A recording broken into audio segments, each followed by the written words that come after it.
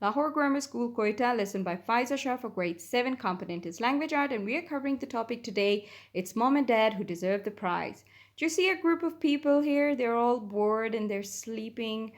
Well, they're invited to a speech day. That is what we're going to talk about today. Who finds the annual school speech day enjoyable?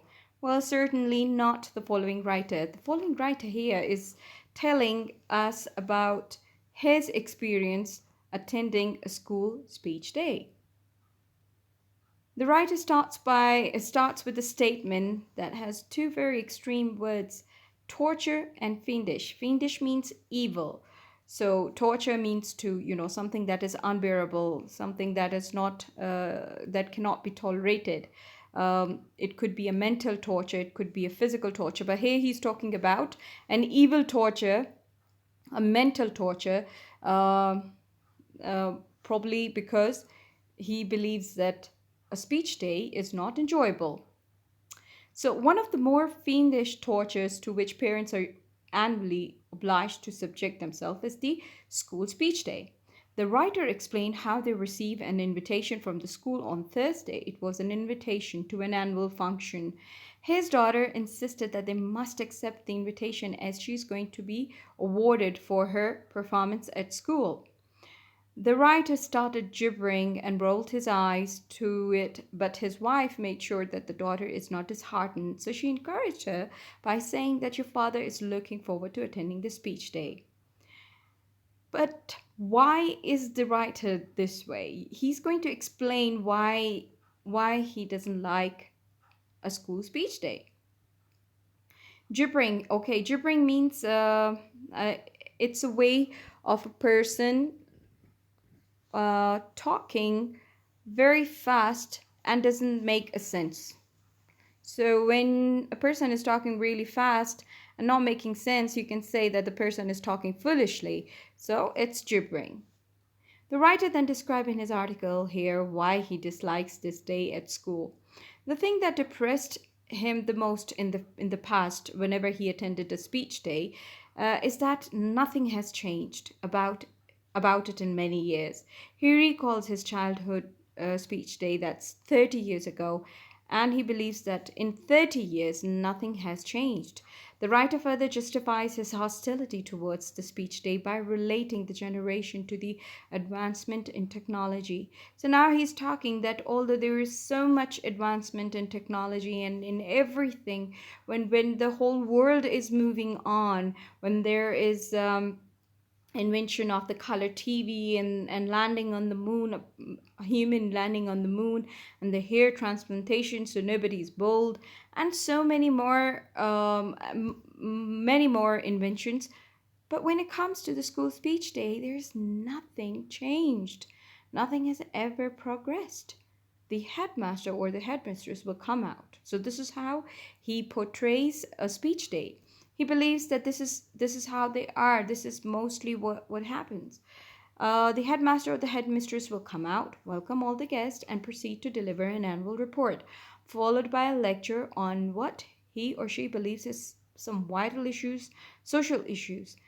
After discussing typical subjects on how families must stick together, how education has evolved in past 20 years, television is a friend or foe, the writer now says that this person takes full advantage of standing on stage and seizes the opportunity to hammer his helpless audience with his personal philosophy for at least 20 minutes. So, a person talking 20 minutes and you're not interested in it, definitely you go to sleep, or you feel that you're not there, or you are bored. So this is what happens.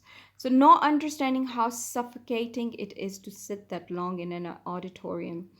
The headmaster then invites his guest of honor, who is mostly an MP. So this MP now takes the stage by bombarding the audience with the false statements on how their government is working for the betterment of education. There is then the choir that tortures the audience further. The writer remembered a time when the kids sang Bob Dylan's song instead of a choir about milkmaids. It was brilliant, but they changed it. So they didn't.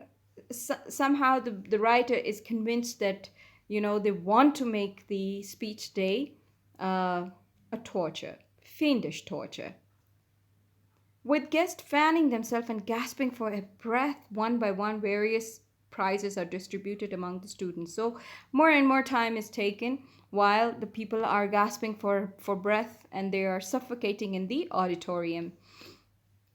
So that is usually a book token. Now the prizes. Now he's criticizing the prizes that are given to the students. He believes that it is mostly those book tokens to a store that is not only closing but it is on the other side of the town. So it is hard to reach that place before it closes, before it's closed down forever. The sports master then takes the stage and encourages the sport team to do better and deliver his annual report. Then another report is delivered by a government representative who belittles the parents for not attending meetings. And even after so many reports and torture, the speech day goes on. By this time, women at the audience are on the brink of passing out. And the school song is then sung that no one joins because there is absolutely no one who knows the lyrics. So that is how it is so boring. Well, finally, when the doors are thrown open and the crowd spills and staggers out into the fresh air, gushing for air, you can only see the mums whose Sarah's, Dorothy's, and Wayne's won prizes declare it was the best speech day ever. So you see how boring it is for this writer to attend a speech day? Where you need to answer these questions. What behavior on part of the writer indicates that he is not looking forward to another speech day? What criticism does the writer make of the book token awards? Which parent tends to feel that speech day has been the best? Suggest 3 speech a day changes that the writer would approve of. What criticism does the writer make on the local MP? And there are 5 dictation words here. It's fiendish, gibbering, advent, castigated, and gruel.